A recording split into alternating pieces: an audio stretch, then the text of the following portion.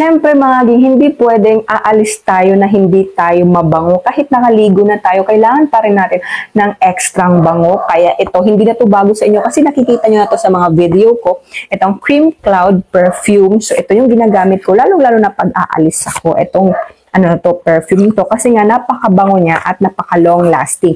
At ako pala yung tao na napakapawisin ko talaga. Konting lang is nagpapawisan ako agad.